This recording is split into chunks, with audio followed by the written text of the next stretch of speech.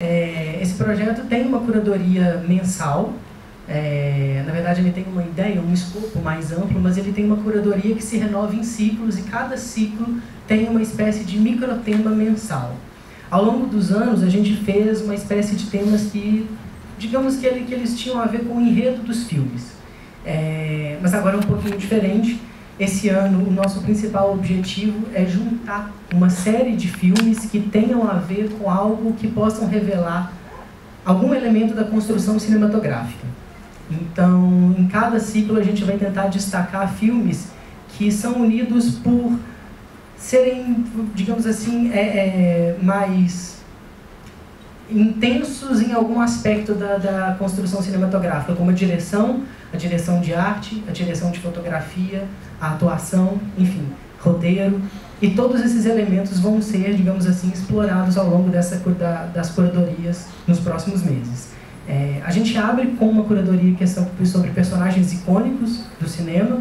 Então, esses personagens que às vezes a gente até conhece por causa desses ícones que eles são para a cultura pop, mas nem assistiu os filmes ainda, né? Eu tenho muita impressão de que eu conheci o Laranja Mecânica antes de ver o Laranja Mecânica, de ver as imagens do Caça-Fantasmas antes de ver o Caça-Fantasmas, porque esses elementos, eles parecem que eles extrapolam, eles vão para além das histórias, eles vão para além dos seus próprios enredos. E acho que começar com o Chaplin é um tanto quanto emblemático, né? Já que ele é essa figura que fez isso, se tornou um ícone do cinema, e um ícone do cinema nos seus primórdios. No mais é isso, assim, quero realmente agradecer muito a presença de vocês, dizer que, para quem veio aqui essa noite, vai ter no teaserzinho que a gente passa em seguida um spoiler do que vai vir por aí. Então a gente não vai fazer o típico teaser de sempre que mostra do mês. A gente vai mostrar o que vai acontecer nos próximos meses, o que é uma coisa que a gente não costumava fazer. Mas eu espero que vocês gostem do que vem por aí, espero que continuem acompanhando essa programação. E todas essas sessões são sessões comentadas também, tá? Vou deixar a Camila explicar um pouquinho mais sobre isso. Mas para mim, gente, quero realmente assim, agradecer muito a presença de vocês, é muito importante estar aqui fazendo essa coisa acontecer. Curadoria tem a ver com cuidar de alguma coisa, mas tem a ver também com uma outra palavra, que toda vez que eu falo sobre curadoria, é uma palavra que brota na minha cabeça, que é conexão. É conectar filmes entre filmes, conectar diretores, conectar filmes com temas, mas especialmente conectar filmes com pessoas, filmes com ideias e pessoas com pessoas, para que a gente possa fazer o cinema existir a partir desse tipo de reunião e a partir de um tipo de reunião que acontece no cinema de rua, que é uma coisa que já está em extinção. Algumas tradições valem a pena da gente preservar. Bom, me apresentando, né? Eu sou Camila, sou assistente de curadoria e produtora do Segundo no Cine. Tem 7 anos que eu tô aqui e eu tô super nervosa.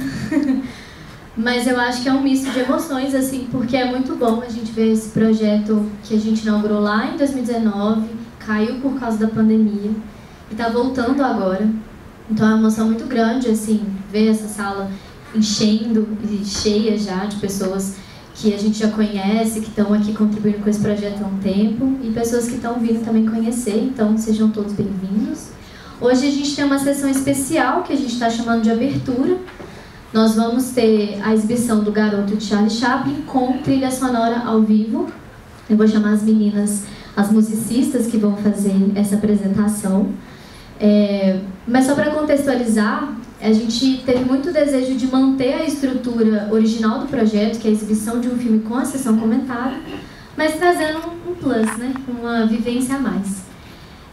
Elas vão tocar brasilidades, então também vai ser uma experiência diferente. E a nossa ideia é trazer essa vivência desse primeiro cinema, né? Dos filmes que eram exibidos mudos, com trilha feita ao vivo, muitas vezes improvisada e muitas vezes também adaptadas às regiões em que os filmes eram exibidos, né? Então, nada mais justo do que abraçar essa ideia das brasilidades. Então, convido, né, vocês a permanecerem também dessa exibição para a gente fazer essa troca com o José Ricardo Miranda Júnior, que é um grande parceiro, colaborador, amigo, professor nosso. Então é muito simbólico para a gente também ter o José aqui.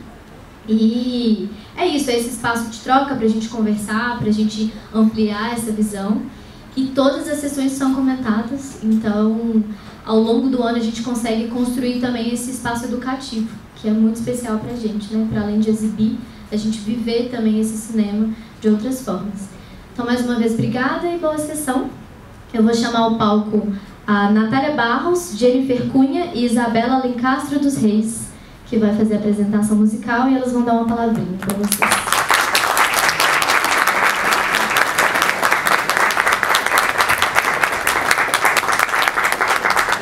Ei, gente, boa noite. Queria agradecer imensamente o convite, né, Camila, Rodrigo, Cine Brasil. Estamos muito felizes de estar aqui hoje. Eu, Jennifer e Isabela somos estudantes da UENG, Universidade do Estado de Minas Gerais. E é uma honra a gente poder estar aqui. A Camila contou um pouquinho da história, né, dessas brasilidades. A Camila me ligou meio de última hora, querendo saber se eu topava o projeto. E não tinha, né, tinha me dado liberdade total para a criação. E Jennifer e Isabela também toparam, né, a doideira, super em cima da hora. E a gente acabou trazendo uma proposta ousada de não fazer a trilha original, assim, na verdade mesclar um pouco da trilha e várias brasilidades. E acabou que nessa nossa proposta foi surgindo muito choro. Então é muito significativo a gente poder estar aqui tocando várias brasilidades, principalmente choro, porque, não sei se vocês sabem, recentemente o choro se tornou patrimônio cultural brasileiro. Isso é um grande ganho nosso.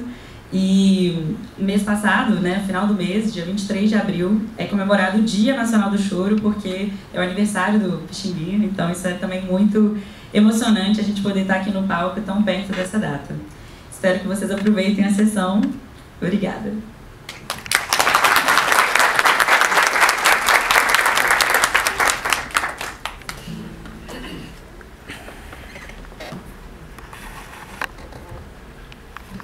I'm not so sure I believe in beginnings and endings.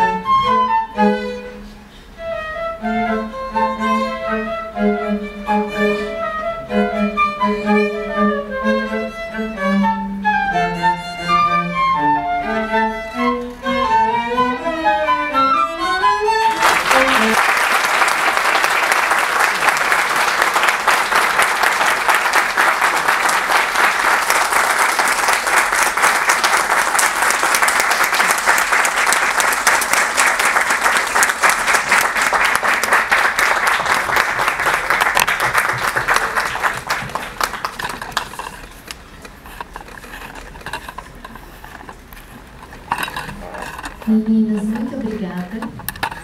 Gente, espero que vocês tenham gostado. Uma salva de palmas de novo para os meninos.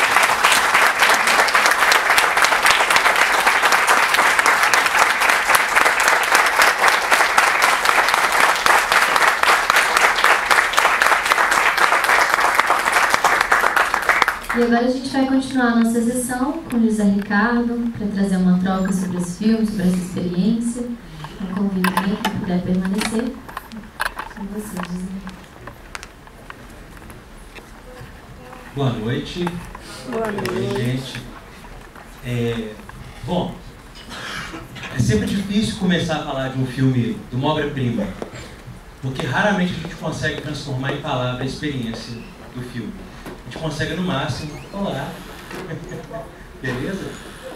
A gente consegue no máximo, exprimir algo que vocês já vivenciaram no filme, né? Então, assim, reavivar uma coisa que já está na obra e que está em vocês.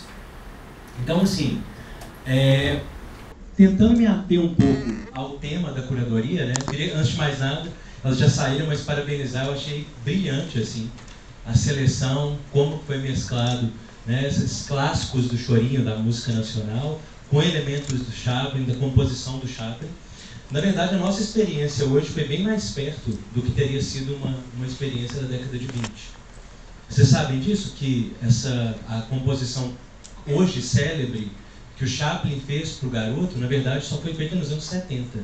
Ou seja, 50 anos depois que o filme estreou.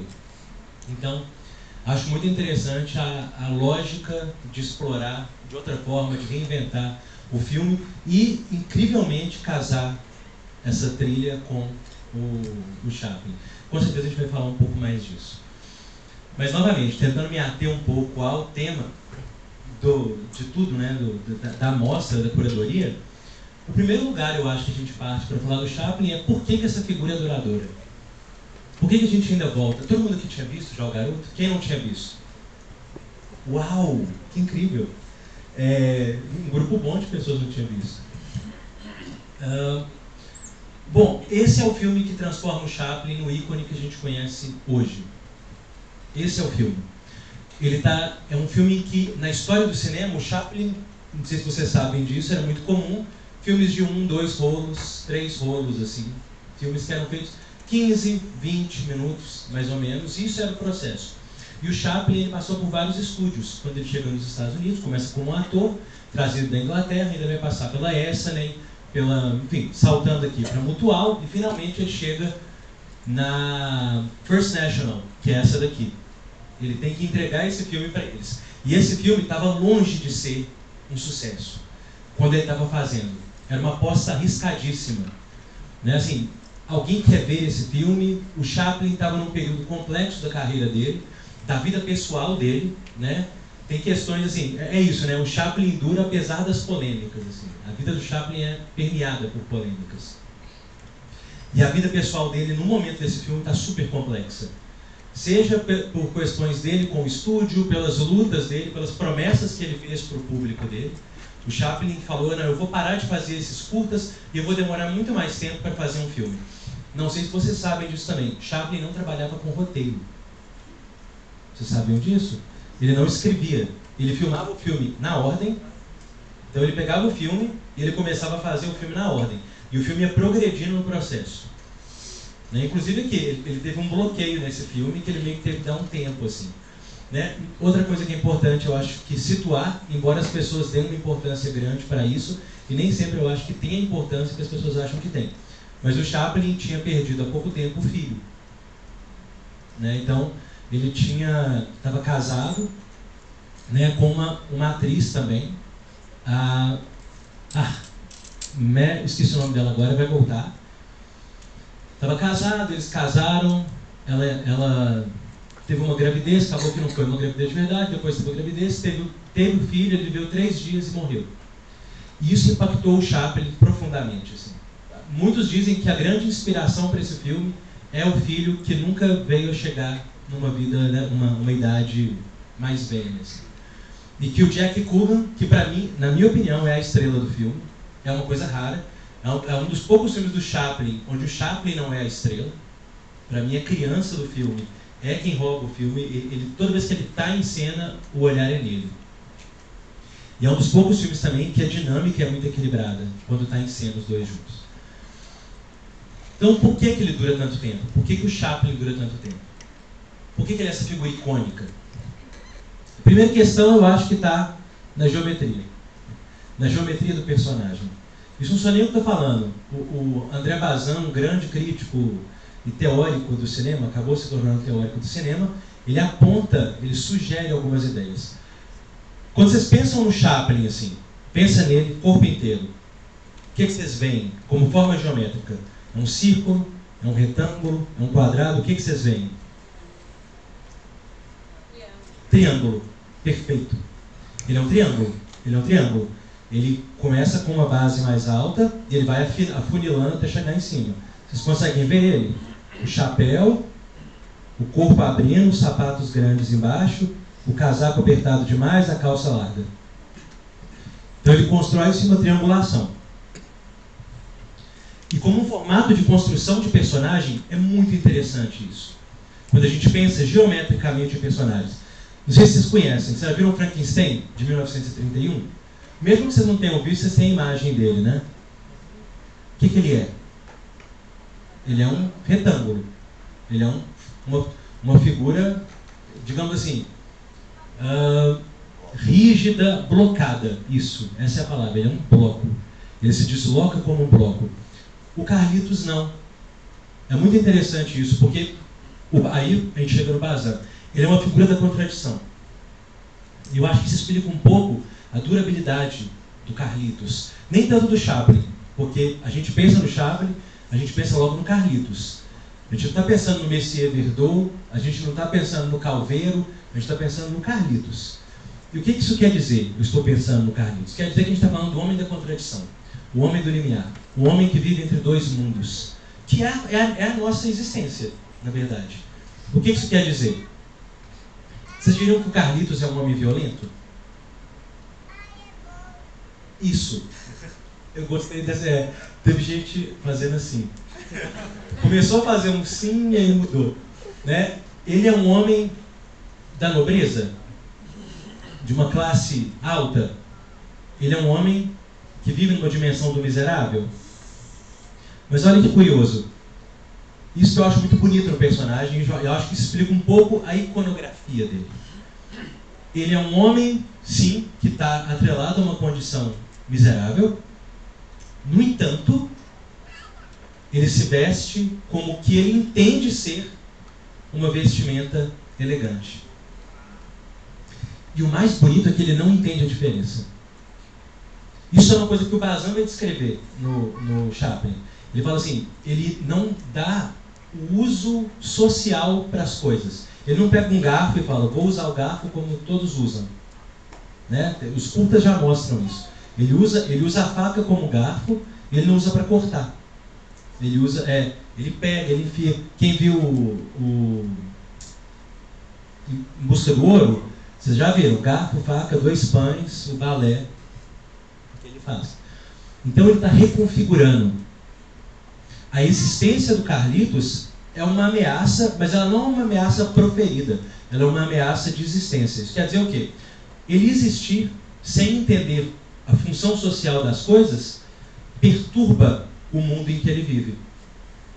É essa perturbação que faz ele ser tão durável, porque existe uma coisa muito inocente no Carlitos. Ele não é uma figura perversa. Ele pode ser violento, porque ele está dialogando num universo onde isso é uma verdade. E ele não nega, ele não moraliza o uso do corpo dele, ou seja, para violência, para o que quer que seja. Então, assim, é muito interessante pensar isso. Eu gosto da luta que ele tem com o Durão, o Fortão do bairro, porque ele mostra uma certa dimensão de covardia que é do personagem, um instinto de autossobrevivência quase animalesco, assim, e uma perspectiva de aproveitar da situação, da vulnerabilidade do outro, mas nunca de forma perversa, mas como instinto de autopreservação. Esse é um dos raros filmes do Carlitos em que ele não tem um amor impossível. Você pensa o circo, o drama parte disso. Quando você pensa Luz da Cidade, o drama parte disso. Quando você pensa o próprio Em Busca do Ouro, né, do Ouro, O drama parte disso. Então, os longas-metragens, e esse é o primeiro longa-metragem dirigido pelo Chaplin, os longas-metragens dele geralmente estão vinculados à ideia de um amor que não vai concretizar. Ele vai ficar sozinho de novo. Provavelmente, né? A Luz da Cidade é mais ambíguo. Mas ele provavelmente vai viver sozinho. Ele provavelmente não tem... Ele é uma figura que está condenada a viver entre os mundos. Ele sempre está próximo de um mundo que alça a uma dimensão quase espiritual, mas ele está atrelado ao mundo o mundano, às coisas do mundo, ao desejo, aos afetos do mundo, mas está sempre próximo de alçar para um outro lugar. Isso explica, inclusive, a triangulação, porque é um elemento que ele tem a distância absoluta e 2 pontos de convergência no fundo. Ele, ao mesmo tempo, está atrelado a 2 lugares, são 2 ideias, o formato do triângulo. Assim. Então é muito interessante pensar isso. Ele é um homem da contradição. É um homem de 2 mundos, mas que não pertence a nenhum. Ele não pertence ao mundo da criminalidade, da violência, ou seja, ele nunca vai estar numa gangue, ele nunca vai ser uma figura que vai aplicar a violência como uma finalidade que seja no mundo, né? E ele nunca vai estar também no mundo da lei, no mundo da regra. Ele sempre vai estar nesse lugar do meio. E isso é um personagem condenado. Então, e eu acho que isso explica um pouco a nossa percepção, a durabilidade do personagem, que é a condição humana. Nós estamos nesses, mais do que 2 lugares, né? Mas pensando e simplificando o pensamento, esses 2 lugares estão expressos visualmente nele. Né? A cartola, né? O chapéu coco, a bengala dele é uma coisa muito específica também. Né? E a bengala geralmente é usada para, claro, tem uma dimensão do status, né? Digamos assim, elevado, né? Mas não tem funcionalidade a bengala. Mas, ao mesmo tempo, ela é para uma figura que está tentando sustentar o próprio equilíbrio. E quando vocês pensarem no Chaplin, vocês estão pensando numa figura que ela não precisa disso como funcionalidade no mundo, ou seja, eu não preciso da bengala para estar em pé, mas é um personagem que está constantemente desequilibrado. Só que a bengala não ajuda ele nunca a retomar o equilíbrio. Então, é um objeto sem uma funcionalidade prática e que retém apenas uma funcionalidade simbólica. É só, eu tenho, né, o status de algo quando eu carrego isso. Então, essa é um breve desenho da iconografia chaplinesca. Né? Ele é um pouco essa figura. O cinema mudo, se vocês lembram, é isso. A corporeidade dos personagens tem que falar por eles. O corpo fala deles. Né? Isso não é diferente da nossa realidade também. Olhando em volta aqui, a gente consegue pelo menos ver autoconstruções do nosso cotidiano. Como a gente se constrói, como a gente se apresenta. Diga lá. Pode falar. Tá, deixa o microfone. Não, pode fala alto então. Eu fiquei curioso, você falou que todo filme do Chaplin parte de um amor impossível. A gente não poderia descrever a relação dele com o garoto nesse filme como algo assim? Ele Perfeito. começa, se forma como algo que é ideal para ele, mas que é tirada. Sim. Vocês ouviram o que ele falou? Não. Ele colocou que se não daria para descrever, colocar o amor dele com a criança como um amor impossível, porque eu falei que é o único filme dele que não tem. Mas aí eu retorno um pouquinho, já parto do pressuposto que eu concordo, mas reafirmo lá atrás o seguinte: é o primeiro não romântico. Não existe um afeto romântico no filme. O mais próximo disso é a Rita Gray, que é a anjinha. E eu não vou entrar nisso agora. Mas a anjinha, no sonho dele, é o mais perto que tem no filme de uma dimensão romântica, assim. Mas ela não é material. Ela é utopizada. Mas sim, o amor do menino, eu nem sei se em algum momento, a primeira vez que eu vi esse filme, eu me lembro de não achar que era impossível. Eu falei assim, não, isso é um afeto possível, assim. Porque uma coisa que o Chaplin faz que é muito interessante, aqui em 21, ele desenha uma perspectiva do masculino que é afetiva e ela está em outros lugares. Ele não é Douglas Fairbanks, ele não é um ator de ação, né? Ele não está expressando na fisicalidade dele uma ideia de masculinidade construída ali. Então, assim, ele está desenhando ali um masculino onde esse tipo de afeto me parece muito possível, assim. Então, a primeira vez que eu vi, eu falei, nossa, é muito interessante, né? Porque é um filme sobre um pai solteiro. Um pai solteiro criando uma criança. Tem gente que fala que você vai abrir todas as portas do cinema para pais solteiros do futuro. Kramer versus Kramer. O pessoal vai longe, assim, né? Tipo assim, vai abrir porta para todos os outros filmes. E uma coisa que dizem que é revolucionária, mas eu não deixei para trás, eu vou voltar nisso, só para aproveitar a nota de rodapé. É que seria a primeira dramédia da história. Tem minhas dúvidas. A história do cinema é uma coisa muito complexa. Mas vocês entendem o que eu estou dizendo sobre dramédia? É o primeiro filme, o que a gente pode dizer, é o primeiro grande filme, de grande sucesso, em que se equilibra o drama e a comédia. Em que não tentaram dividir de uma forma absoluta o drama e a comédia. Isso já existia antes. Nos próprios curtas do Chaplin já existia isso. Sendo muito ao pé da letra, assim. Já existia, já tinha sido feito.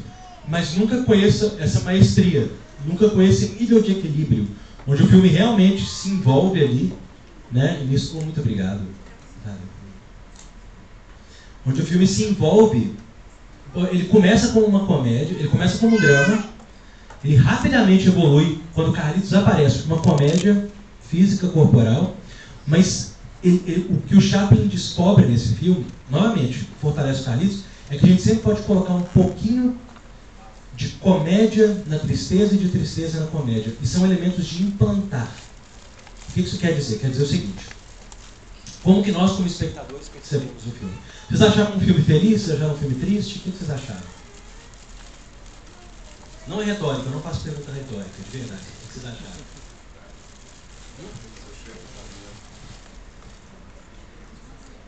Achou o quê? Triste ou feliz? Feliz? Pronto, feliz. Quem mais? Feliz. Legal. Isso é típico dele. Você viu Luz da Cidade? Mesma coisa. Tipo assim, eu não sei o que é esse final. Mas eu acho isso. O Garoto talvez seja um filme que ele afirma isso mais. Porque o última cena, o Carlitos entra na casa, né? Ele entra ali. A gente não sabe se ele vai permanecer. Provavelmente não, assim.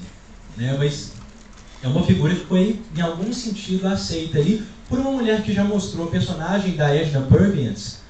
Temos que fazer uma nota de rodapé gigante da Edna Purviance. A personagem dela já mostrou um certo afeto com outras realidades que não a dela. Então, existe uma possibilidade ali de felicidade. Mas durante o filme, o que ele vai fazendo?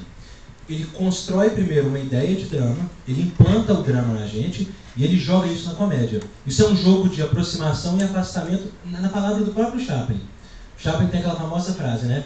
A vida em close-up é drama. Se você afastar em plano geral, ela é comédia. Então, de longe eu rio, de perto eu choro. E isso é interessante só de ver as escolhas de close-up dele, né? De rosto no filme. Então é muito preciso ver essa experiência no Garoto, assim. E ele é revolucionário nesse sentido. Ele consegue implantar o drama para fazer a comédia funcionar e ele consegue implantar a comédia no drama para ter as quebras necessárias para sustentar o filme. Isso hoje em dia não é novidade. Eu estou falando disso aqui, mas basicamente quase todo filme que vocês viram na vida já tem isso. Os filmes pós um certo período da história do cinema, eles têm que ser várias coisas. Radicalizando, chegando no cinema Masala, na Índia, em Bollywood, onde o filme tem que ser tudo ao mesmo tempo, em intervalos de 2 a 5 minutos, assim. Né? De repente, assim, você tem que chorar muito, e não é uma crítica, porque eu amo, e é muito funcional. Funciona muito bem quando é bem feito. É impressionante. Então, assim, é um modelo de cinema, né? Que a gente vai chamar de mais do que uma nota, né? Então, é um filme que ele está sempre modulando, sempre trabalhando. E é uma estratégia linda. Porque ele consegue tocar. Eu acho que a direção do Chaplin e a percepção dele do Carlitos, a Lita Grey é a anjinha sedutora do filme. O Chaplin, alguns anos depois, vai casar com ela.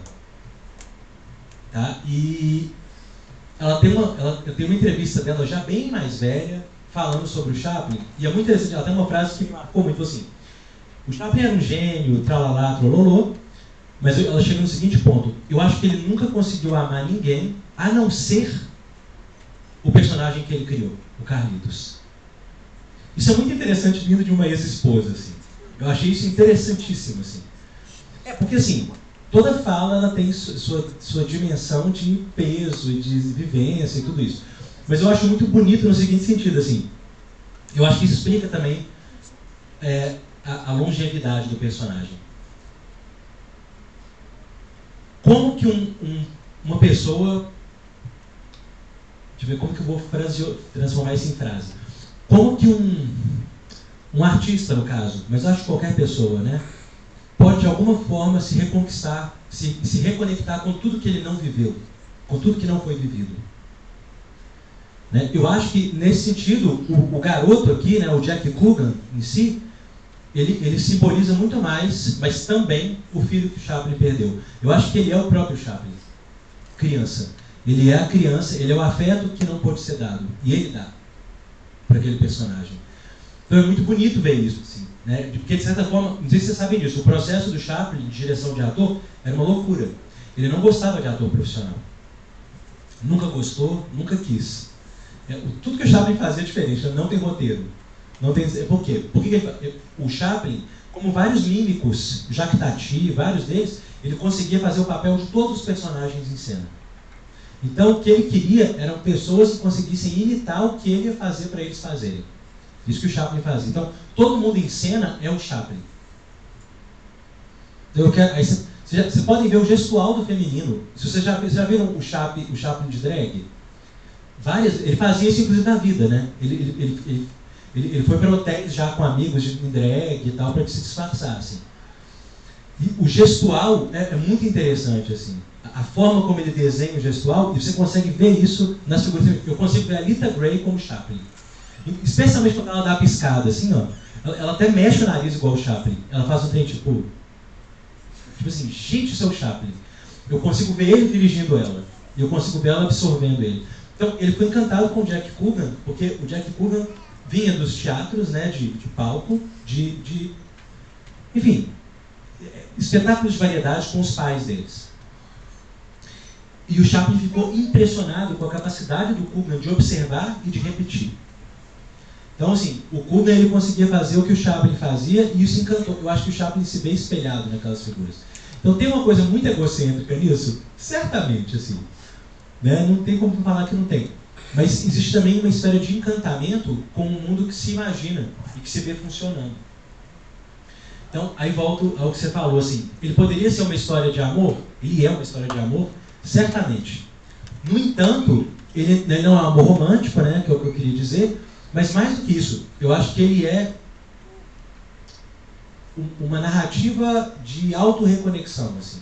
Uma figura que consegue, está aprendendo a lidar com a perda, porque a criança não vai ficar com ele no final, né, de rupturas e disrupções, né, e é um dos filmes mais esperançosos do Chaplin e um dos menos anti-institucionais, assim.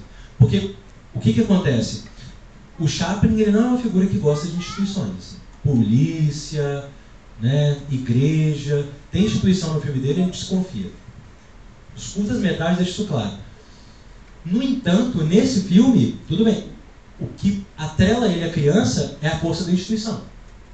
Ele só pega o menino que a polícia está atrás dele, achando que é dele o menino. Então é uma força institucional que o obriga a estar com aquela criança. E no final é muito trágico, porque é a força institucional que separa eles. E depois é uma força específica institucional que reúne aquela família. Então, assim, nesse sentido é um dos mais esperançosos. Ele só é muito pouco esperançoso no Sonho do Chaplin, que na época foi detonado pela maioria dos críticos. Quase todos os críticos odiaram essa cena no filme. Ah, não tem lugar, que coisa esquisita, veio do nada esse sonho. Alguém achou estranho isso aqui? O sonho? Você achou? Eu adoro, eu acho que ela dá significado para o filme. Mas eu entendo todo mundo que não gosta. Porque o Chaplin é um cineasta muito atrelado ao aqui e agora. É isso que o Bazin ama nele, inclusive. O Chaplin ele é isso aqui, ó. Ao contrário de outros cômicos, Buster Keaton e tal, que eles vão para essa coisa meio quase cartoon, quase animação. O Chaplin ele é muito do mundo e do mundo ao redor. Mas ele tem uma coisa muito bonita nesse sonho dele. A primeira coisa que um crítico observou na época, ele falou, eu adoro, porque ele mostra em algum sentido a incapacidade daquele homem, daquela realidade, de sonhar para muito além da realidade que ele conhece. Então isso é a primeira coisa muito bonita, porque é verdade. Ele vai para o paraíso, ele transcende e é tudo a mesma coisa. As pessoas estão de branco com asa. Mesma coisa, tem policial, né? Por que você precisa de polícia no paraíso? Sacou? O diabinho entra brincando, haha, vamos avacalhar e tal. Tipo assim, é tudo a mesma coisa. O mundo, então, ele é só um reflexo. Nem platônico, porque o próprio local, isso. Não, e detonado, tipo assim, ficou branca a porta, mas tá tudo quebrado, né? Tipo assim, tá tudo acabado. Tem flor, coloquei flor, pronto. Lindo. É isso, assim. Mas é porque isso pra mim tem o mesmo peso da... Diga lá.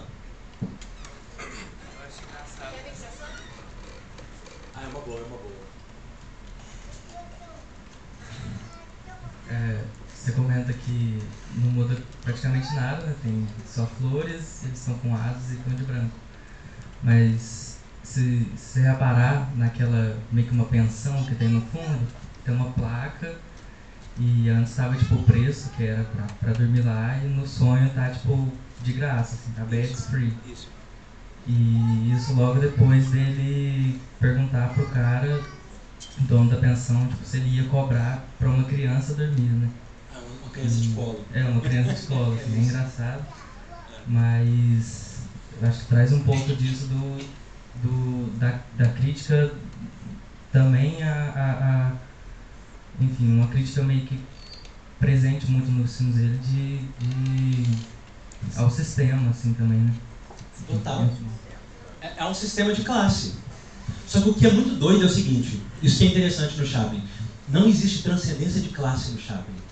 Ele sonha, mas ele não sonha com uma mentalidade burguesa. O que isso quer dizer? Ele não sonha que exista outra realidade que não aquela para ele. Não existe. O sonho de ascendência é isso. A gente mudou de lugar, mas eu não estou acima de ninguém. É insano isso. É isso. A coisa é de graça, né? Free. Né? Mas assim, quando ele chega lá, ele chega sem a roupa. Vamos na loja. Ele vai na loja.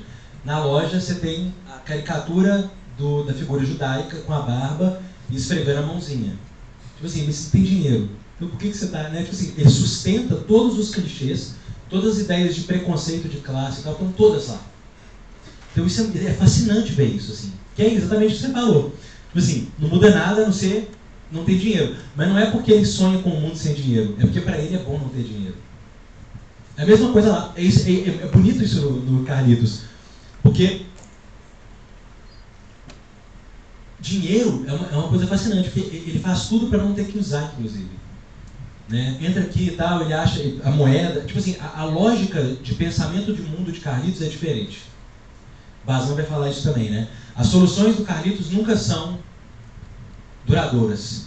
Elas sempre são imediatas. Você pega um curta dele, que ele pega um rolo de abrir massa e ele coloca numa prateleira que está tombada. O rolo cai na cabeça dele. Ele pega de novo e coloca no mesmo lugar e vira. Cai na cabeça dele de novo. Ele pega, pega um pote de farinha e segura. Assim, não tem permanência, porque outra pessoa vem, obviamente, vai pegar o pote de farinha e vai cair de novo. Nenhuma solução do Carlitos é duradoura. Porque não existe depois para esse personagem. Só existe o presente para ele. Não existe, que é uma noção, a noção de segurança e futuro, ela é uma noção classe média, né? Enfim, ela é uma noção dentro de um sistema muito específico. O personagem não tem isso. E o Chaplin viveu isso, né? Muitas pessoas falam que esse é o filme mais pessoal dele. Eu não saberia dizer porque eu nunca vi ele falando, mas outras pessoas falam que é o mais perto que chegou. Porque o lugar que ele mora com a criança, inclusive, é meio inspirado onde ele viveu a infância, com a mãe dele, com a família dele, que a mãe adoeceu, né? Tinha questões psicológicas, enfim. Então ele viveu meio que nessa realidade, assim. Então ele de não ter essa dimensão da permanência, do amanhã. Aí vamos juntar dinheiro para isso. Não, a gente vive por agora, né? Tem essa dimensão do imediato no personagem. Então é fascinante ver isso, e essa descrição foi muito boa, né? Tipo assim, gratuito. É isso. Mas não tem transcendência de classe. Né? Porque ali a esposa dele, Mildred Harris, lembrei, não falei que eu lembrava do nome da esposa dele? A Mildred Harris, ela vai falar assim, inclusive tem uma frase famosa dela, tipo assim, durante o divórcio deles, que foi super complicado e tal, ela falando, o Chaplin não é um comunista, que é uma coisa que muitas pessoas na época achavam dele. Na verdade, eu acho que ele sempre teve um afeto, assim. Né? Inclusive vai virar uma grande questão mais tarde na carreira dele, vai ter que sair dos Estados Unidos e tudo mais. Mas ela fala, ele não é um comunista, ele é um grande artista, não sei o que, ela tipo, defende ele no final do divórcio. Assim. E é isso, assim, realmente eu não sei se o Chaplin era, mas o Carlitos definitivamente não é. Lutas de classe tem que passar primeiro tem que perpassar primeiro uma razão, uma assimilação e uma experiência de vida que leve a isso. O Carlitos não tem isso. Inclusive o Carlitos não aprende. Ele reage, ele não aprende. Se você olhar para o Carlitos, todo filme novo dele é uma folha em branco de novo. Ele vivencia as mesmas questões, ele tem reações instintivas ao mundo. E é interessante isso, né? Tem uma ambiguidade entre os grandes afetos, o sonho dele de transcender afetivamente, mas não como classe, mas ao mesmo tempo está absolutamente atendendo também aos desejos mais rudimentares, mais humanos, mais corpóreos, né? Que é, para mim, ele bater no cara com tijolo, né? Ele ser seduzido por uma anjinha de 12 anos de idade. Né? Então essas são as polêmicas chaplinescas, assim. Né? Ele vai casar com ela 4 anos depois, então 16 anos. Ele se casa com ela e ela está trabalhando em busca do ouro, ele tira porque ela engravida, enfim, uma confusão. Mas assim, é o mais perto que o filme chega de um afeto romântico. Assim. É uma utopia, e uma utopia que é muito trágica, porque ela também tem fim. Ou seja, eu acho que essa é a dramaturgia do personagem. Esse é o elemento do triângulo, né? Ele tem um fim. Ele vai chegar ao fim. São pontas que se encontram. Ele não é um ciclo contínuo. O que isso quer dizer? Basicamente quer dizer o seguinte: nem em sonho existe uma perenidade, uma permanência, uma continuidade utópica de mundo. Ele é morto na utopia. Ele é fuzilado na utopia. Ele começa a voar e ele cai. Né? Então, assim, é isso. Nem o sonho dele ele é capaz de, digamos assim, transcender essa dimensão do mundano. Então, eu acho que esse é um grande símbolo. E eu acho que essa é uma grande questão, assim, para a durabilidade da figura Chaplin. Porque, assim, o garoto, gente, marca várias coisas. Assim, é o primeiro, não o primeiro, mas é o maior sucesso da carreira do Chaplin. Né? Ele vai ter vários sucessos, ele é uma estrela, ele é talvez a maior estrela do cinema mudo. É bem provável, assim. Então eu acho que, primeira coisa, como curadoria é preciso começar com o Chaplin. Nenhum personagem que vem depois, e nem antes, tem a mesma força. Nem o Max Linder, na França, que inspirou o Carlitos. Nem isso. Chaplin é a figura que cantou, que calou fundo em toda a história do cinema, não só mudo, ele transcendeu isso, né? Lembrando também, uma outra coisa que sustenta o personagem é ele nunca falou. O Chaplin teve filmes falados, o Carlitos nunca falou. Ele matou o Carlitos quando ele tinha que falar. E eu acho que isso também é um gesto de afeto, assim. Né? Ele amava aquela imagem demais, porque é isso, né? Diga o que você ia falar.